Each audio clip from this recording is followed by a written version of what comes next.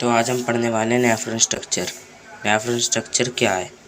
तो नेफ्रॉन क्या है? एक स्ट्रक्चर एंड फंक्शनल यूनिट है किडनी की, जो ब्लड को फिल्टर करने का काम करती है। तो सबसे पहले हम देख लेते हैं, जब किडनी में ब्लड के अंदर जो वेस्ट होता है वो पहले कहाँ पे आता है। सबसे पहले आएगा वो ओर्टा के थ्रू आता है, वो एफरेंट आर्टियोल में, जिसके पास ऑक्सीजनेटेड ब्लड होता है। और ऐसा नहीं है कि ऑक्सीजनेटेड ब्लड है तो उसके अंदर प्योरिटी ही होगी, नहीं, ऐसा नहीं हो सकता। उसमें कुछ मात्रा में इम्प्योरिटीज़ भी होती हैं। अब यहाँ पे ये क्या कहते हैं, ऑक्सीजनेटेड ब्लड लेके ऑक्सीजनेटेड होता है उसके अंदर, और क्या कहते हैं, और कुछ वेस्ट भी होता है जो यहाँ पे फ़िल्टर हो जाएगा, और जो फ़िल्टर हुआ ब्लड वो वापसी वेना कावा के थ्रू चला जाएगा। अब मैं आपको इसका समझाता हूँ। एफरेंट आर्टियोल ये वाइड होती है, चौड़ी होती है, क्यों? क्योंकि इसके अंदर अभी ऑक्सीजन वेस्ट वगैरह बहुत सारी मात्रा में है। और जो ये एफरेंट आर्टियोल होती है पतली होती है, नैरो होती है, क्योंकि यहाँ पे सिर्फ जो प्योर ब्लड होता है वो जाता है।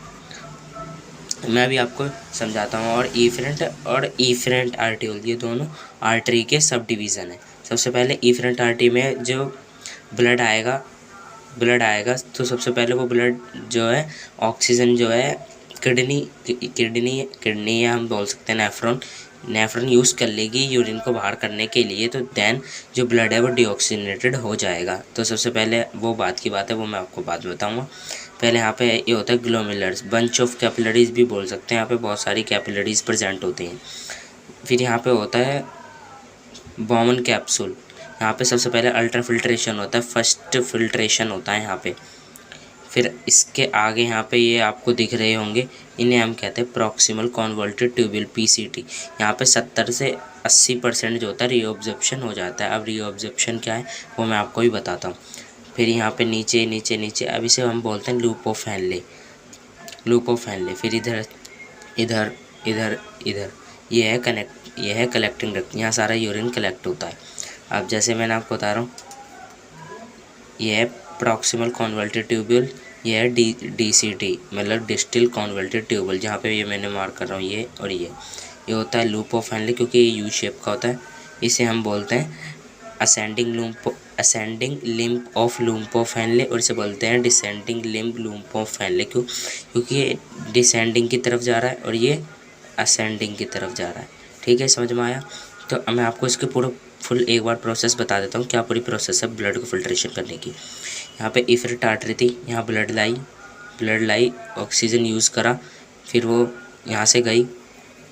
फिर ये रेनल ट्यूब्यूल्स के पार्ट्स हैं, कौन कौन से? डीसीटी, पीसीटी और लूप ऑफ हैनले, ये और ये कलेक्टिंग डक्ट। यहाँ यूरिन आ गया, लेकिन आपको ये बात सोचनी चाहिए, क्या कहते हैं, कि जब यहाँ से ब्लड जाता है तो यहाँ पे जो अल्ट्रा फिल्ट्रेशन होता है, इसके कारण कुछ इम्पोर्टेंट थिंग जैसे amino acid, salt, sodium, glucose वगैरह बहुत सी चीज़ें जो होती हैं अल्ट्रा फिल्ट्रेशन के दौरान नीचे आ जाती हैं।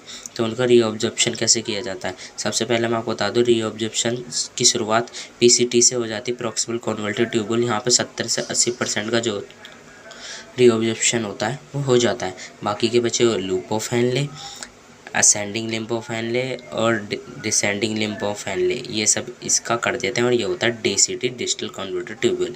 यहाँ पे भी इसका हो जाता है। लेकिन मैं आपको एक इम्पोर्टेंट बात बताऊँ, यहाँ पे प्रॉक्सिमल कॉन्वोल्टेड ट्यूब्यूल में किस किस का होएगा? Glucose, amino acid, water, NaCl, यहाँ पे सब चीज़ का रीऑब्जर्प्शन हो जाता है। लेकिन यहाँ पे सिर्फ लूप ऑफ हैनले में सिर्फ H2O और NaCl का ही हो पाता है, और DCT में भी H2O और NaCl का ही हो पाता है, यानी कि पानी और नमक का ही हो पाता है। और यहाँ से होता है यूरिन, यहाँ से होता है यूरिन का फ्लो। ठीक है, यहाँ पे यूरिन आता है। कई बार यहाँ पे भी हमारे पूरे दिन में नेफ्रॉन जो होती है 170 से 180 लीटर क्या करती है, ब्लड फिल्ट्रेट करती है। लेकिन हम इतना पानी बाहर निकालेंगे तो हम मर भी सकते हैं। अगर हम इतना पानी बाहर निकालेंगे तो यहाँ पे जो होता है, यहाँ पे बहुत पानी होता है, तो यहाँ का जो H2O है वो रीऑब्जर्प्शन हो जाता है लूप ऑफ हैनले के कारण। ठीक है, और यहाँ पे आप देख सकते हैं ये एक सिंगल नेफ्रॉन का स्ट्रक्चर है।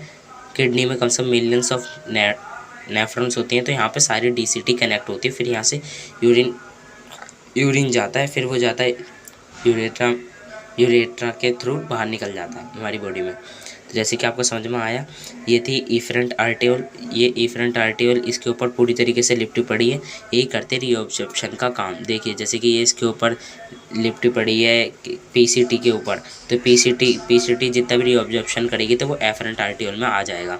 यहाँ पे भी देख सकते हैं लूप ऑफ हेनले जितना रीअब्जॉर्प्शन करेगी वो यहाँ आ जाएगा, फिर जितना भी डीसीटी करेगी वो यहाँ आ जाएगा।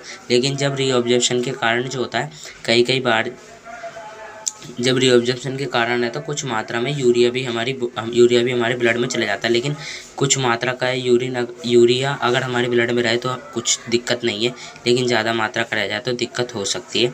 इसलिए हम उसका क्या करते हैं, ट्यूबुलर सिक्रेशन भी कर देते हैं हम। तो ट्यूबुलर सिक्रेशन कैसे होता है, वो इन्हीं के दौरान होता है। हाँ, जैसे कि हम आपको बताते हैं यहाँ पे ट्यूबुलर सिक्रेशन हो जाता है। ये ब्लड कैपिलरीज जो होती हैं, ये सारा जो ट्यूबुलर सिक्रेशन होता है वो कर देती है। और फिर यहाँ से क्या होता है, इफरेंट आर्टियोल के थ्रू, इफरेंट आर्टियोल ये सिंगल है, बाकी जब ये किडनी के वेना कावा में खुलती हैं तो रेनिल वेन में खुलती हैं। रेनिल वेन मतलब कि यहाँ पे ऑक्सीजन जो है वो नेफ्रॉन ने यूज़ कर लिए यूरिन को बाहर करने के लिए, तब वो बचा डीऑक्सीनेटेड। तो डीऑक्सीनेटेड रेनल आर्टरी में प्योर ब्लड और डीऑक्सीनेटेड ब्लड जाता है कहाँ पे, हमारे जाता है किडनी में जाता है। फिर वो किडनी के थ्रू वेना कावा में चला जाता है, फिर हार्ट की प्रोसेस होती है। अगर आपको मेरा हार्ट भी समझना है तो मेरे चैनल पे देख सकते हैं, ये मेरी दूसरी वीडियो, फर्स्ट वीडियो हार्ट की ही थी, आप देख सकते हैं। अगर आपको कुछ समझ में ना आया हो तो आप मेरे को कमेंट कर सकते हैं।